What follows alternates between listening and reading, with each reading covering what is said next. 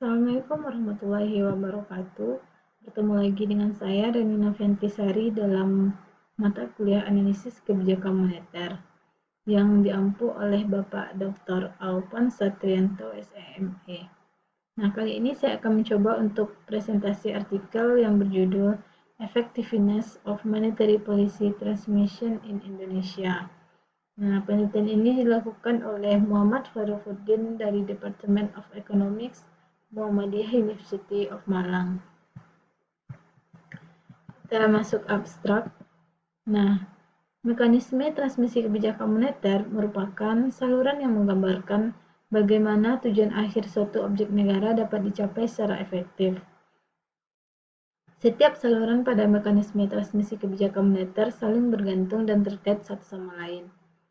Nah, efektivitas mekanisme transmisi kebijakan moneter di Indonesia dapat digambarkan dengan variabel target utama kebijakan moneter, yaitu pertumbuhan ekonomi dan inflasi. Nah, dalam penelitian ini, Muhammad Khairuddin membahas mengenai beberapa saluran mekanisme transmisi kebijakan moneter. Yang pertama, transmisi kebijakan moneter melalui jalur uang. Yang kedua, transmisi kebijakan moneter melalui jalur kredit. Yang ketiga, transmisi kebijakan moneter melalui jalur suku bunga. Dan yang keempat, transmisi kebijakan moneter melalui jalur nilai tukar. Nah, di sini target utama yang ingin dicapai yaitu untuk melihat melalui mekanisme transmisi kebijakan moneter ini dapat tercapai target pertumbuhan ekonomi di Indonesia serta stabilitas inflasi yang ada di Indonesia. Nah, terdapat berbagai jalur yang dapat digunakan dalam mekanisme transmisi kebijakan moneter. Di antaranya ada 6, yaitu jalur uang, jalur kredit, jalur suku bunga, jalur nilai tukar, jalur harga aset, dan jalur ekspektasi. Namun dari 6 jalur tersebut tidak semua jalur yang digunakan di Indonesia. Suatu negara akan memilih jalur mekanisme transmisi kebijakan moneternya sesuai dengan tujuan akhir yang ingin dia capai. Nah, sejak krisis keuangan tahun 1997 membawa banyak perubahan yang signifikan dalam perekonomian Indonesia, termasuk mekanisme transmisi kebijakan moneter. Nah, pada saat krisis terjadi, banyak perekonomian Indonesia ini terganggu, diantaranya investasi dan kredit yang terganggu, di mana perekonomian Indonesia sebagian besar disumbangkan oleh pengeluaran rumah tangga. Sementara ketika krisis keuangan terjadi, maka kredit rumah tangga juga terganggu, sehingga dampaknya terhadap transmisi kebijakan moneter.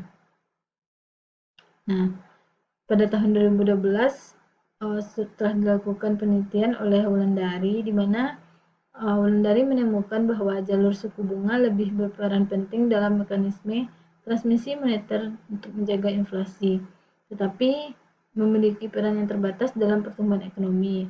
Namun jalur pinjaman lebih efektif dalam mempengaruhi pertumbuhan ekonomi yang ada di Indonesia.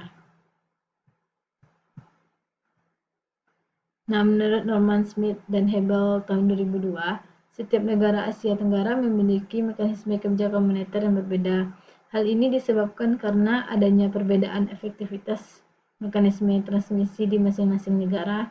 Yang kedua, adanya mekanisme transmisi struktural di negara tersebut. Yang ketiga, jadinya perbedaan sistem keuangan di masing-masing negara. Dan yang keempat adalah keterbukaan perekonomian. Nah, di sini metode penelitian. Nah, makalah ini menganalisis efektivitas mekanisme transmisi kebijakan moneter di Indonesia dalam mempengaruhi pertumbuhan ekonomi dan inflasi. Nah, alat analisis yang digunakan dalam penelitian ini adalah Vector Error Correction Model atau VCM yang menggunakan impulse response dan varian decomposition. Nah, periode observasi penelitian ini adalah tahun 1961 sampai 2011 di Indonesia. Langkah-langkah yang akan dilakukan dalam pengujian VCM yang pertama, dilakukannya pengujian uji stasionaritas data menggunakan Augmented Diffuller atau ADF. Selanjutnya dilakukan uji kointegrasi, yaitu pengujian yang bertujuan untuk mengetahui kemungkinan adanya hubungan jangka panjang antar variabel yang digunakan dalam penelitian. Nah, ini dilakukan dengan cara metode Johansson. Nah, variabel penelitian yang digunakan yang pertama dari jalur uang menggunakan variabel jumlah uang beredar atau M2, variabel pinjaman, GDP, dan inflasi. Untuk jalur kredit, variabel yang digunakan adalah variabel kredit, suku bunga pinjaman, suku bunga deposito, GDP, dan inflasi. Untuk jalur suku bunga, variabel yang digunakan adalah suku bunga real, suku bunga deposito, suku bunga pinjaman, GDP, dan inflasi.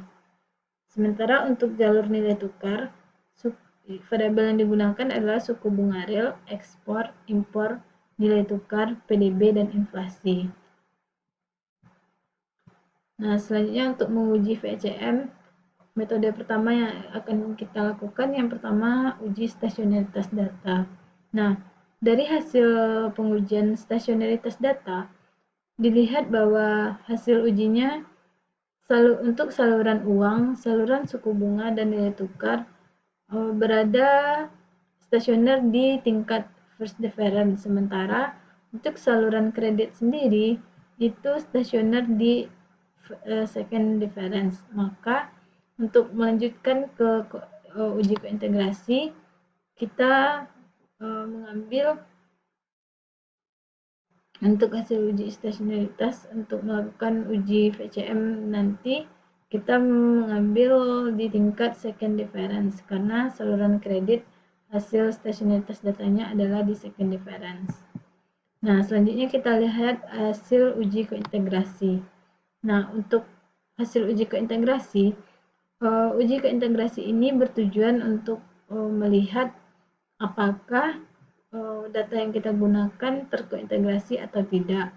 Jika data yang kita gunakan ini terkointegrasi, maka langkah selanjutnya adalah melakukan pengujian VCM. Namun, jika hasil uji kointegrasinya tidak terkointegrasi, maka kita hanya akan melakukan uji VAR.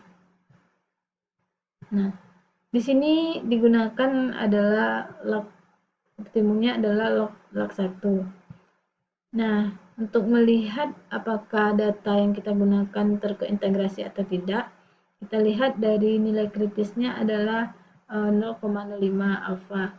Maka kita lihat di probabilitasnya, apabila probabilitasnya berada di bawah alfa 0,05, maka hasilnya adalah terkointegrasi. Namun jika probabilitasnya berada di atas 0,05, maka data yang kita gunakan tidak terkointegrasi. Nah, kita lihat dari hasil data yang kita teliti. Di sini probabilitasnya kita lihat untuk saluran kredit, saluran suku bunga, saluran nilai pertukaran uang. Nah, di sini kita lihat bahwasannya untuk jalur uang kita lihat probabilitasnya berada di bawah 0,05 sehingga dapat kita simpulkan bahwasannya data yang kita gunakan ini terkointegrasi. Lalu langkah yang akan kita lakukan adalah untuk melakukan pengujian VCM. Nah, ini adalah hasil estimasi VCM pertama melalui jalur uang pada saat jangka pendek inflasi signifikan dalam jalur uang.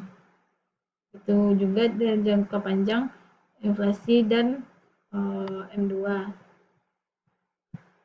Nah, hasil estimasi VCM credit channel kita lihat jangka pendek dan jangka panjangnya. Nah, di mana tanda bintang ini menandakan bahwa variabelnya signifikan. Nah, kita lanjut. untuk melihat respon impuls terhadap dua target tadi, yaitu target utamanya adalah GDP dan inflasi. Nah, di sini kita lihat respon impuls terhadap GDP terlebih dahulu. Nah, gambar satu ini memperlihatkan fungsi respon impuls dari money channel terhadap GDP. Nah, kita lihat GDP adalah garis warna biru. Nah, kita lihat di sini respon impuls yang diberikan oleh money channel atau jalur uang ini dari beberapa variabel ini cenderung stagnan atau meskipun pada awal-awal periode dia mengalami fluktuasi, namun semua variabel yang ada di money channel itu memberikan respon yang stagnan atau stabil, sehingga dapat disimpulkan bahwa money channel ini tidak responsif terhadap GDP. Maka jalur money channel tidak baik atau tidak bagus untuk digunakan untuk mencapai GDP yang baik. Nah, selanjutnya kita lihat fungsi impuls respon pada saluran kredit terhadap PDB. Nah, kita lihat beberapa variabel yang ada di saluran kredit, ada inflasi, dana pihak ketiga, dana deposito, dana suku bunga pinjaman.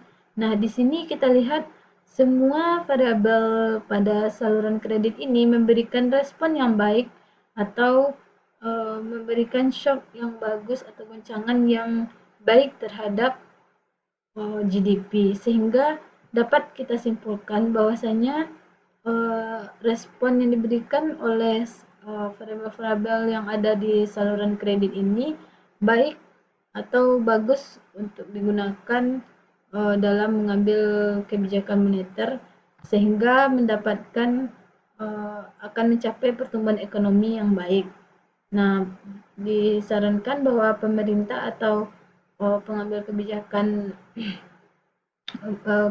moneter memilih saluran kredit untuk meningkatkan pertumbuhan ekonomi di Indonesia. Selanjutnya kita lihat beberapa channel lagi, diantaranya suku bunga dan nilai tukar. Nah, kita lihat respon yang diberikan oleh jalur suku bunga ini terhadap PDB itu cukup baik, di mana variabel-variabel yang ada di suku bunga ini memberikan respon yang baik terhadap pertumbuhan ekonomi, sehingga ini juga bisa digunakan untuk mengambil kebijakan apakah jalur yang digunakan adalah jalur suku bunga atau jalur kredit. Nah, untuk selanjutnya kita lihat respon impuls terhadap inflasi. Nah, kita lihat inflasi di sini adalah garis warna merah. Nah, di sini kita lihat channel uang, di mana beberapa variabel yang terdapat dalam channel uang ini tidak begitu memberikan respon terhadap inflasi, sehingga jalur ini tidak bagus untuk digunakan dalam mengambil keputusan mencapai target inflasi. Nah, untuk yang kedua kita lihat juga respon yang diberikan oleh variabel-variabel channel kredit terhadap inflasi. Nah, di sini cenderung stagnan walaupun ada yang berfluktuasi, tapi shock yang diberikan tidak terlalu besar. Kita lihat pada channel suku bunga ini memberikan respon yang bagus sekali terhadap inflasi, atau respon dari variabel-variabel yang ada pada channel suku bunga ini bagus untuk inflasi, sehingga dapat disimpulkan bahwasanya untuk mengambil keputusan perbaikan pertumbuhan ekonomi digunakan jalur kredit, sementara untuk masalah pengendalian inflasi itu sebaiknya digunakan channel atau jalur suku bunga.